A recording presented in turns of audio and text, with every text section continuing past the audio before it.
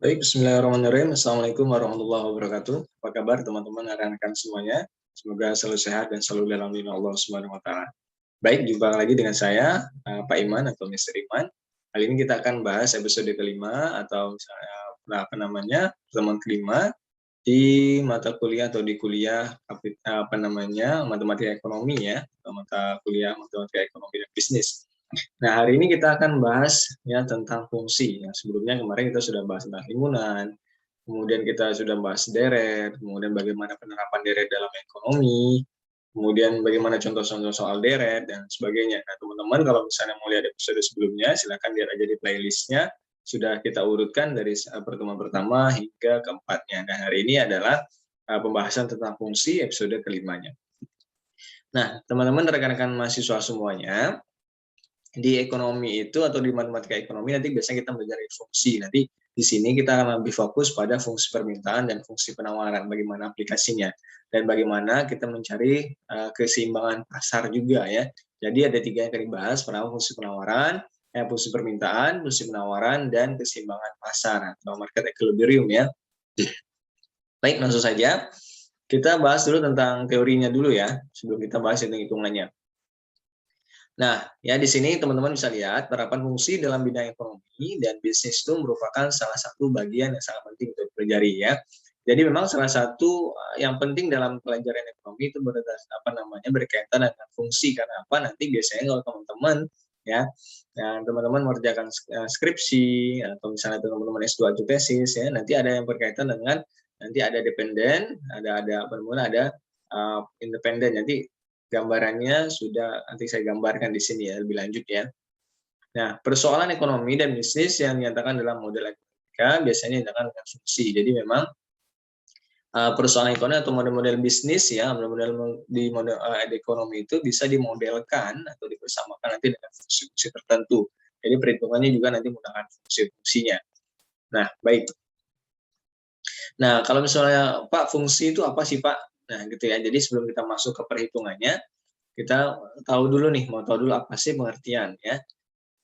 Nah, di sini memang kalau secara harfiahnya fungsi itu hubungan ya, hubungan antara dua buah variabel atau lebih. Biasanya ada variabel independen, tadi saya bilang sama variabel independen, satu variabel yang bebas, satu variabel yang terikat gitu ya. Nah, di mana masing-masing dari dua buah variabel tersebut ya atau lebih tersebut saling berpengaruh atau saling mempengaruhi ya, saling berpengaruh atau saling mempengaruhi. Nah, sebuah variabel ada suatu jumlah yang punya nilai yang berubah-ubah pada suatu soal. Jadi dalam artian nanti variabel itu tergantung dari soalnya. Kalau misalnya nanti tergantung dari unit penyertaannya. Jadi ini teman-teman bisa kita lihat contohnya ya. Jadi fungsi itu ya hubungan antara dua variabel atau lebih di mana keduanya atau ketiganya atau misalnya satu lebih dari dua berarti dari kalau misalnya dua berarti bagaimana pengaruhnya atau bagaimana hubungannya antara variabel tersebut ya. Nah, seperti itu. Nah, ada dua variabel ya. Ada dua variabel yang teman-teman harus pahami atau harus diketahui di mana variabel yang terdapat dalam suatu fungsi itu dapat dibedakan atas, yaitu pertama variabel bebas ya, variabel bebas itu independen variabel di mana variabel ini tidak dipengaruhi atau yang variabel yang mempengaruhi ya.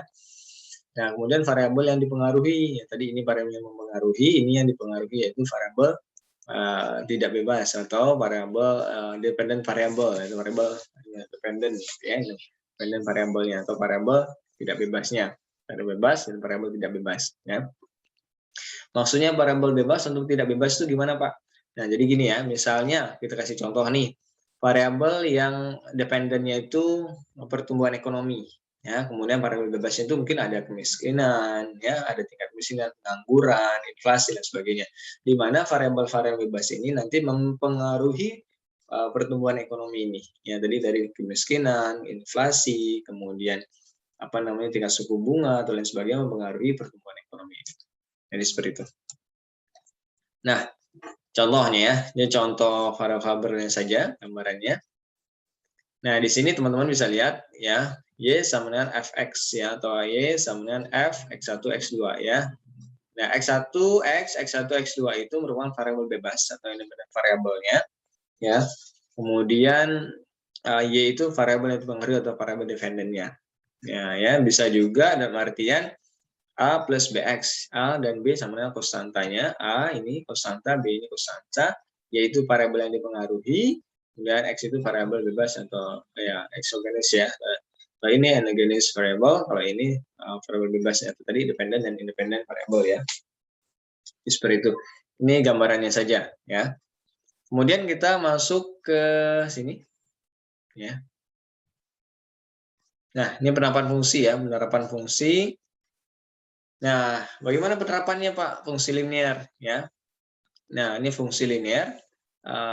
Nanti ada namanya fungsi non-linear ya. Nanti ada jadi fungsi linear adalah suatu fungsi yang dimana sangat sering digunakan oleh para ahli ekonomi dan bisnis dalam menganalisa dan memecahkan masalah-masalah ekonominya. Tadi ya, seperti saya gambarkan tadi bahwa ada namanya variabel independen, ada variabel dependen. Bagaimana ahli-ahli ekonomi itu misalnya tadi dari pertumbuhan ekonomi ya, misalnya inflasi, kemiskinan, pengangguran, suku bunga itu mempengaruhi variabel yang dependen tadi. Nah, ya bagaimana hal tersebut bisa digunakan oleh para ahli ekonomi untuk menganalisis atau menganalisa dan memecahkan masalah-masalah ekonomi. Oh, ternyata untuk pertumbuhan ekonomi lebih tinggi harus digunakan variabel ini harus ditekan atau misalnya variabel kemiskinan harus direndahi diturunkan, kemudian tenaga kerja harus ditambah dan sebagainya gitu ya. Nah, karena memang kebanyakan ya masalah-masalah ekonomi itu dan bisnis itu dapat disederhanakan atau diterjemahkan dalam bahasa-bahasa bentuk linear atau model-model bentuk linear. Jadi seperti itu gambarannya teman-teman dan rekan-rekan mahasiswa sekalian. Baik teman-teman dan rekan-rekan semuanya, mungkin kita langsung gambaran penerapan fungsi ya. Nah ini penerapan fungsi linear dalam teori ekonomi. Nah, jadi teman-teman semuanya, jadi dari kita belajar matematika ekonomi ini, nanti ini kan pertemuan kelima ya, tentang fungsi permintaan, fungsi penawaran, dan keseimbangan pasar ya. Nah, nanti ada namanya kita belajar pengaruh pajak spesifik, mana ternyata ada pajak, kita belajar tentang bagaimana pajak mempengaruhi penjualan atau permintaan atau misalnya harga gitu ya. Kemudian kita juga akan belajar tentang pajak proporsional, pajak spesifik itu apa bedanya dengan pajak proporsional gitu ya. Kemudian kita juga nanti belajar bagaimana perhitungan subsidi ya. Kemudian juga ada keseimbangan pasar kasus dua macam barang. Jadi yang ini yang kita bahas dulu fungsi permintaan, fungsi penawaran dan keseimbangan pasarnya ya. Nah, jadi seperti itu. Ini gambarannya ya. Jadi ini untuk fungsi ini mudah ya, teman-teman semuanya, untuk perhitungan juga mudah, tapi yang pasti teman-teman perlu pahami dulu manfaatnya, kegunaannya, dan aplikasinya gitu ya. Seperti itu. Baik, rekan-rekan sekalian, kita masuk yang pertama, fungsi permintaan. Nah, di sini kita lihat ya. Nah, apa itu fungsi permintaan? Fungsi permintaan yang menunjukkan hubungan antara jumlah produk yang diminta oleh konsumen dengan harga produk ya. Jadi sesuai kalau teman-teman sudah belajar ekonomi mikro, itu ada namanya fungsi bunyi hukum permintaan ya dan bunyi hukum penawaran. Di mana hukum permintaan bunyinya ketika harga naik maka permintaannya turun, dan ketika harga turun permintaannya naik, berbanding terbalik dengan penawaran gitu ya. Nah, di dalam teori ekonomi menjelaskan bahwa jika harga naik maka jumlah barang yang minta turun, demikian juga sebaliknya bahwa jika harga turun maka jumlah barang yang minta akan naik. Sehingga grafik fungsi permintaan punya slope negatif atau miring ke kiri. Jadi seperti itu ya rekan-rekan dan teman-teman semuanya. Jadi gambarannya seperti itu. Kita rubah dikit dulu. Oke.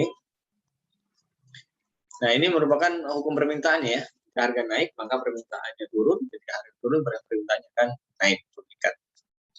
Oke, dia slope-nya negatif. Nah, lihat sini ya. Ketika harganya naik, permintaannya semakin turun. Ya, slope-nya negatif ya. Atau berbanding terbalik ya. Kalau penawaran berbanding lurus. Nah, di mana bentuk fungsinya? Q sama dengan A min B. P, A sama B ini konstanta, P ini price-nya, harga, Q itu quantity jumlahnya. Atau kalau dibalik ya, P sama dengan A per B ya dikurang 1 min B kali Q. Ya, ini rumusnya atau formulanya. Nah, kita lihat notasi fungsi permintaan akan barang X adalah Qx sama dengan Fx, F Px, Qx sama dengan A min B Px, di mana Qx-nya itu jumlah produk yang diminta, Px itu harga produk, A dan B itu parameter atau konstantanya.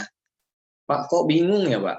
Nah, nanti ya kalau udah ngeliat soalnya insya Allah nggak bingung ya, teman-teman. Yang pasti ini gambarannya, ini QD sama Amin BP, ini P, price-nya harga, ini QD, ini jumlah quantity demand ya, jumlah permintaannya.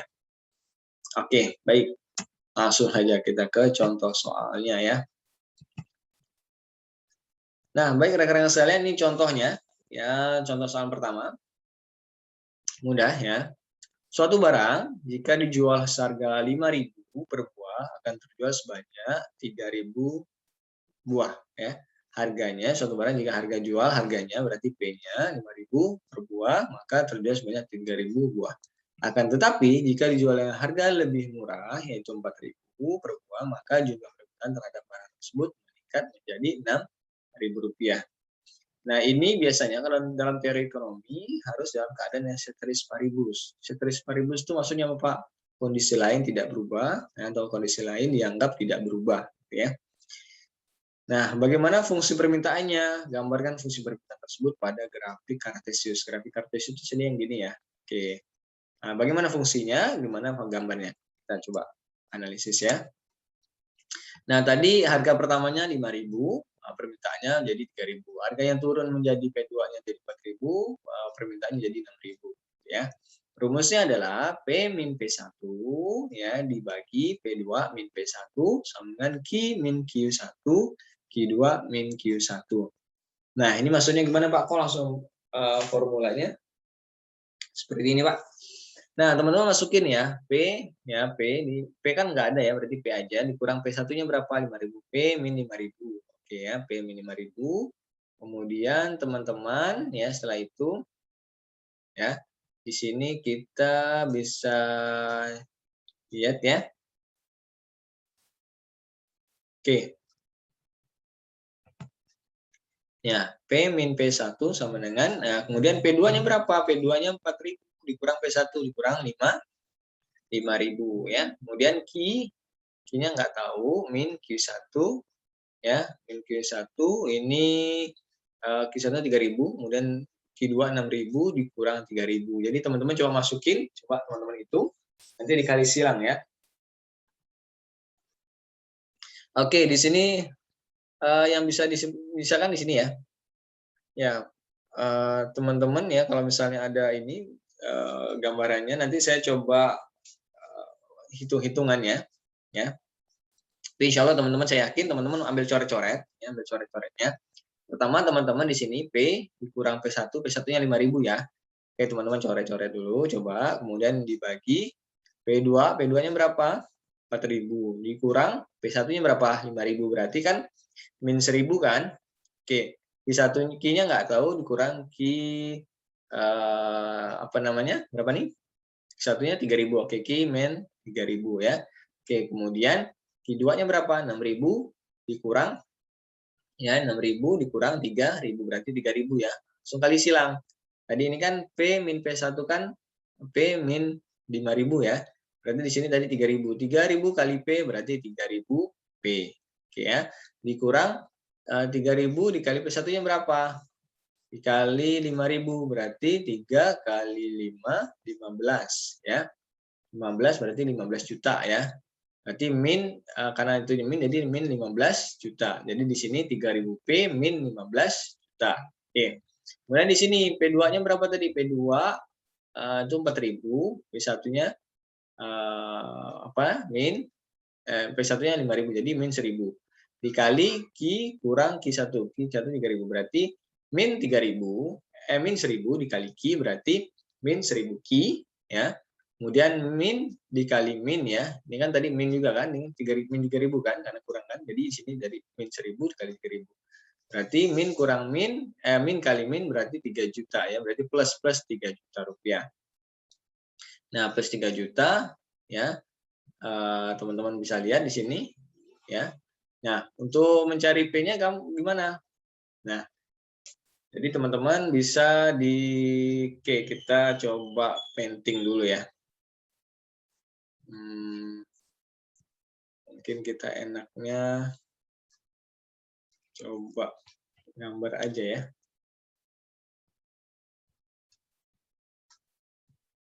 Biar teman-teman nggak bingung.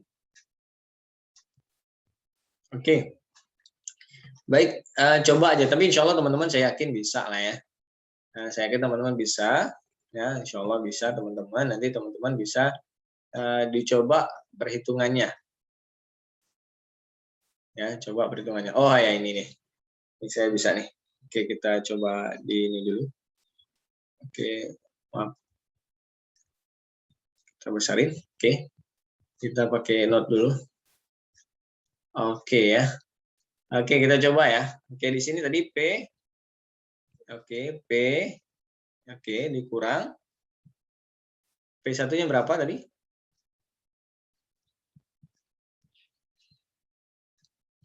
Oke, P1-nya berapa? P1-nya itu 5.000 ya. Mohon maaf. 5.000 ya. 5.000 ya, mohon maaf kalau jelek ya. Oke, 5.000. Oke ya. Kemudian dibagi ya. Bagi berapa? P2 min P1 berapa? P2 ini P2 dikurang min P1 berarti 4.000 kurang 5.000 berapa? Berarti min 1.000 ya. Min 1.000 ya.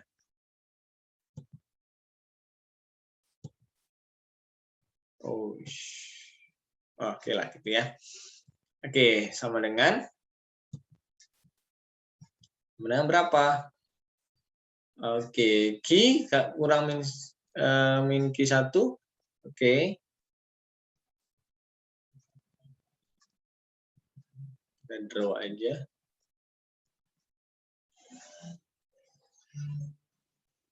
Oke. Q min Q1-nya berapa? Q min Q1 berarti Q-nya kan kita tahu ya. Q kurang Q1-nya berapa? 3.000 ya. Oke, 3.000. Ya, mohon maaf ya teman-teman ya. Supaya langsung belajar gitu ya.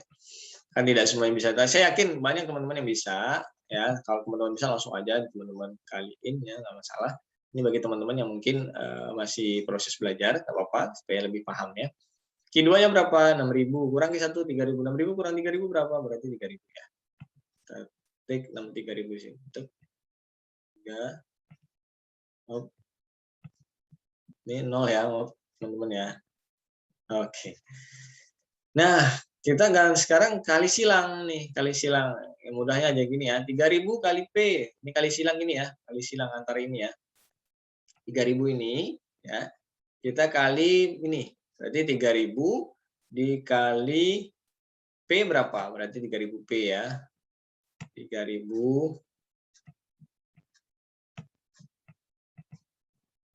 P. 3.000. Oke, P. 3.000 kali min 5.000 berapa? Berarti min 15.000 ya.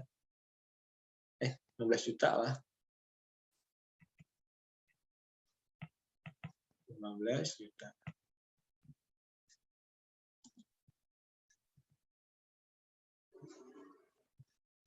Oke.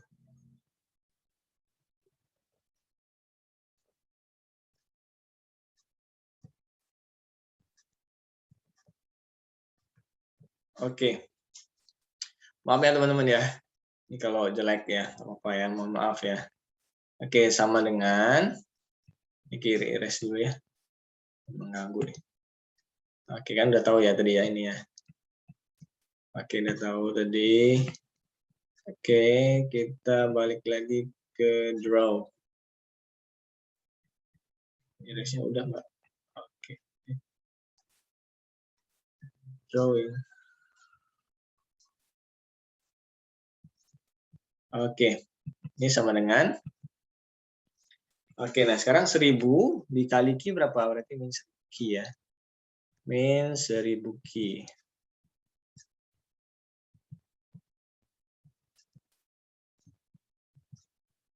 Sama dengan sama dengan min 1.000 dikali 3.000. Min 1.000 kali 3.000 berapa? Berarti 3 juta ya. Min kali min plus ya, plus 3 juta. Plus 3 juta. Oke. Oke.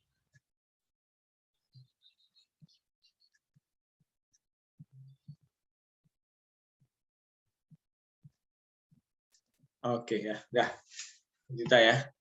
Oke teman-teman, anggap ini 3 juta ya. Oke, nah kemudian lebih enaknya ya, di sini teman-teman bisa lihat ini kan 3.000 P ya, ini 19 juta ya. Oke,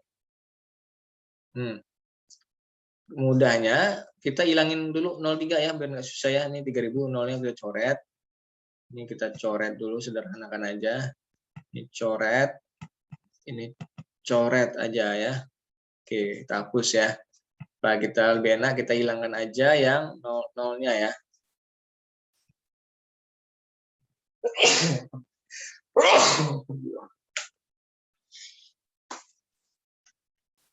Oke, kita sederhanakan, nolnya kita hilangin ya. Oke, jadi 3P sini. Kita draw lagi. Jadi 3P min 15.000 ya, sama dengan 1 min 1 plus 3.000 ya. Nah, oke, kita coba tulis dulu, kita clear dulu, kita erase dulu, kita hapus dulu. Kan kita udah tahu tadi ya angkanya ya. Berapa tadi angkanya, mohon maaf.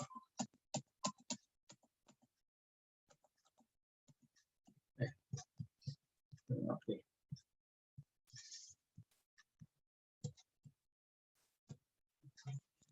Ibu ya.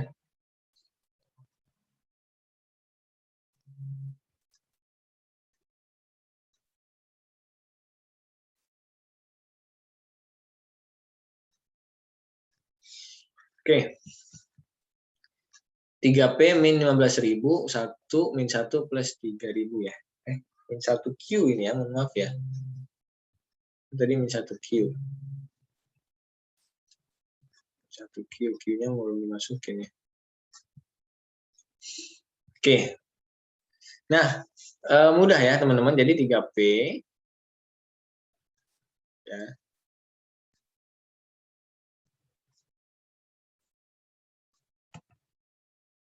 P di sini aja ya, udahnya ya, kita hapus itu. Ini 3P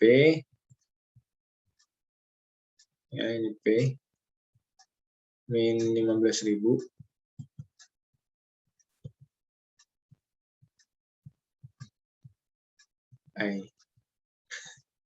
ini lamanya teman-teman ya. Atau ya nggak apa lah ya, 3P min 15.000 nggak apa, lang-lang ya. Bisa juga sebenarnya nanti saya videokan lagi ke catatan gitu, berenar-benar, tapi nggak apa-apa deh. Ini aja, simpel aja dulu. Sama dengan min 1Q, berarti min Q aja ya. Min Q plus 3.000 ya.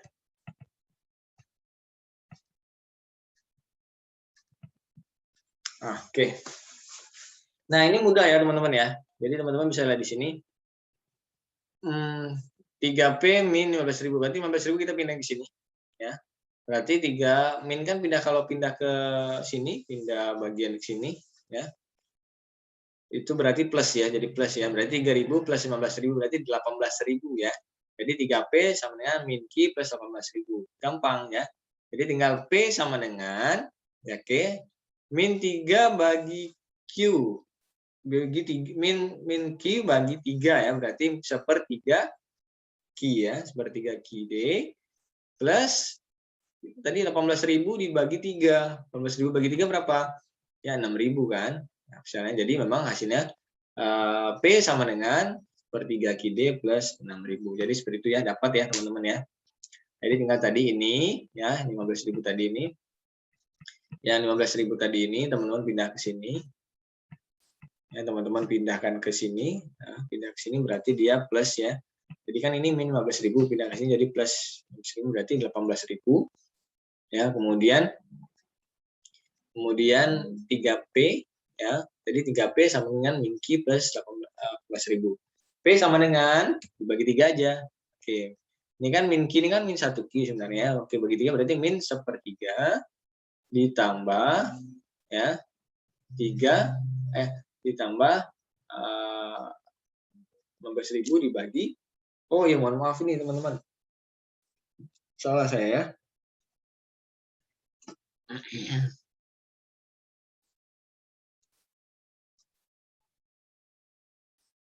Ada kesalahan. Ada kesalahan teman-teman, mohon maaf ya. Ini sepertinya ada kesalahan saya dalam perhitungan. P2 min P1 itu kan min 1.000. 1.000 dikali P1 3.000 min 3.000. 3.000 ya. Oh iya ya. Plus ya, plus 3.000 ya.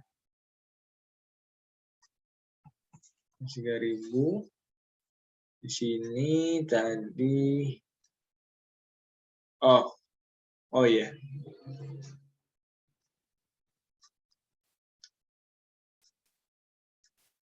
Hmm. 3P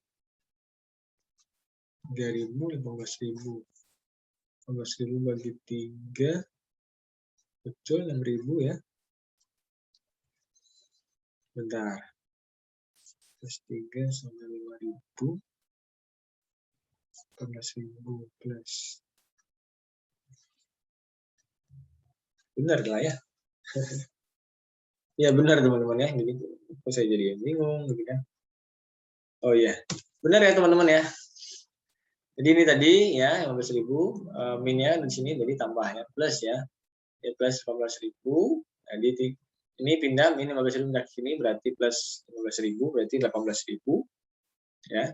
Yang sini.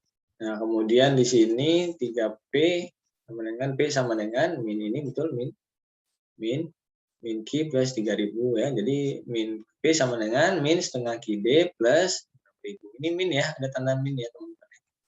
Oke, jadi itu teman-teman gambarannya untuk soal yang pertama. Sudah cukup panjang ini ya. Jadi teman-teman itu gambarannya, teman-teman bisa hitung sendiri. Yang masih istilahnya seperti ini. Kalau bingung tadi langkah-langkah saya. Walaupun masih bingung, nanti bisa tanyain di kolom komentar. Nanti bisa saya jelaskan lagi. Seperti itu.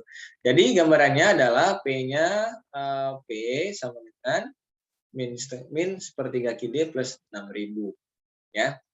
Ini kurvanya Pak, kok ini dapat 6.000 Pak. Kita coba aja ya, Kalau misalnya P-nya 0 di sini, P-nya 0 nih. Berarti Q-nya berapa? Q-nya pindahkan. Berarti 6.000 bagi 1/3 berarti kali ya, berarti 18.000. Kalau P-nya 0, Q-nya 18.000.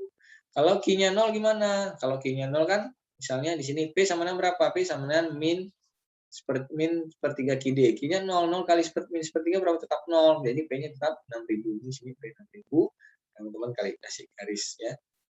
Jadi seperti itu. Jadi ngitungnya ini gimana dapat 4 titiknya Pak? Jadikan P sama dengan 0 dan Q sama dengan 0.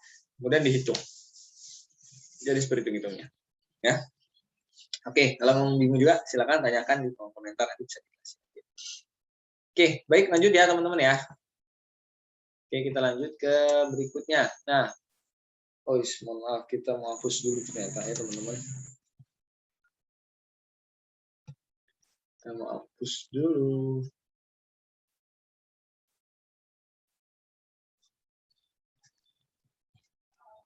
Kita iris dulu.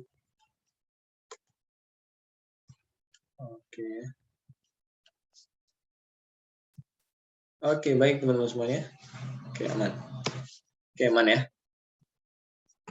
Oke, kita lanjut ya. Nah, contoh kedua, permintaan suku barang sebanyak 500 buah pada saat harganya 40.000 ya. Apabila setiap kenaikan harga sebesar 1.250 akan menyebabkan jumlah permintaan sebesar 250. Jadi bagaimana fungsi permintaannya dan bagaimana fungsi permintaan pada grafik kartesius. Nah, ini kita lihat di sini ya. Nah, ini P1-nya tadi 4.000, Q1-nya 500 ya. Permintaan 500, harganya 40.000. Delta P kalau ada perubahan permintaan, perubahan harga menjadi perubahan harga tadi kenaikan ya. harganya kenaikan berarti plus 1.250, perubahan penawarannya itu jadi berkurang ya. Permintaan mulai penurunan atau min 250. Jadi rumusnya adalah P min P1 ya sama dengan M Q min Q1 ya. Yang ditanyakan apanya? Fungsi permintaannya ya. Ini gambarannya ya. Nah, M sama dengan delta P per delta Q ya. Nah, delta P-nya berapa? Delta P 1.520 min delta Q berapa? Min 250. Jadi M sama dengan min 5. Nah, min 5. Min 5. Maksudnya gimana, Pak? Nah, ini kan tadi mencari M dulu ya. M dulu. Tinggal masukin ini rumus tadi nih. P min P1. P1-nya berapa? P1-nya P-nya enggak tahu, P1-nya 4.000. Q-nya berapa?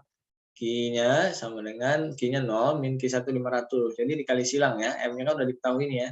Dikaliin masukin aja. Jadi teman-teman di sini coba kayak tadi ya, yang tadi saya itu perhitung-hitungan. Jadi teman-teman coba masukin ininya ya angka-angkanya, kemudian teman-teman kaliin, kemudian teman-teman bagi silang ya. Seperti itu gambarannya. Nanti hasilnya sama dengan P sama dengan 5 min 5Q plus 42.500 ya. Hasilnya samain tadi sama juga dengan perhitungan kita yang tadi ini ya. Jadi teman-teman silakan coba ambil coret-coretnya. Nanti perhitungkan. Kalau memang masih bingung, silakan cek tanyain di kolom komentarnya ya. Oke, ini gambarannya min 5Q plus 42.000 dari rumus ini.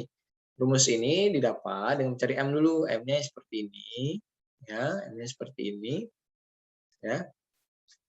Kemudian P 5Q plus 42.000 yang di sini ya. Nah, sini ya. Nanti insya Allah mudah-mudahan teman-teman nanti kalau nggak ada halangan saya buatin ini deh. Ya buatin ininya videonya ya, perhitungannya. Tapi kalau teman-teman saya berharap sih teman-teman sudah bisa langsung ya. Teman-teman bisa hitungan sendiri. Tadi cari M-nya dulu di sini, delta P per delta Q. Nah, teman-teman masukin ininya angkanya di sini. P kan kalau P berarti tidak ada, P aja, P1 sekian. Q-nya nggak ada, Q1 sekian, nanti dikali silang, nanti ketemu, Q-nya, P-nya ketemu, ya. Jadi seperti itu teman-teman. Nanti dapat ini gimana 82.500 sama 8.500 Pak? Yang ini teman-teman gantikan 0 aja. Ya. Kalau misalnya di sini Q-nya 0, Q-nya 0 berarti P-nya 42.500. Kalau P-nya 0 berarti Q-nya 42.500. Dihitung dari sini. Nah, jadi seperti itu teman-teman ya untuk fungsi permintaan. Nah, oke. Nah, mungkin itu aja dulu teman-teman, gambaran untuk fungsi permintaan. Kalau misalnya teman-teman bingung, mudah-mudahan nggak bingung ya. Tapi insya Allah deh, nanti setelah ini boleh nanti saya buatin video ya, teman-teman bagaimana cara menghitungnya. Ya, cara menghitungnya. Mudah-mudahan bisa teman-teman bisa lebih paham. Oke, mungkin itu aja teman-teman. Tapi mudah-mudahan ya bisa dicoret-coret dulu, insya Allah bisa. Insya Allah saya yakin juga teman-teman bisa. Insya Allah bisa ya. Walaupun nanti tidak bisa buatin video, teman-teman saya yakin bisa dengan masukin aja angka-angkanya, kayak tadi juga ya, ini masukin angka-angkanya, coba dihitung sendiri, yang penting hasilnya ini. Tapi kalau masih bingung, bisa nanti di tag ke saya atau melalui komen kolom komentar di video YouTube-nya. Baik, demikian teman-teman. Nanti kita lanjutkan episode selanjutnya di fungsi penawaran. Baik, terima kasih atas segala perhatian. Mohon saya kurangan. Saya Iri. Assalamualaikum warahmatullahi wabarakatuh. See you.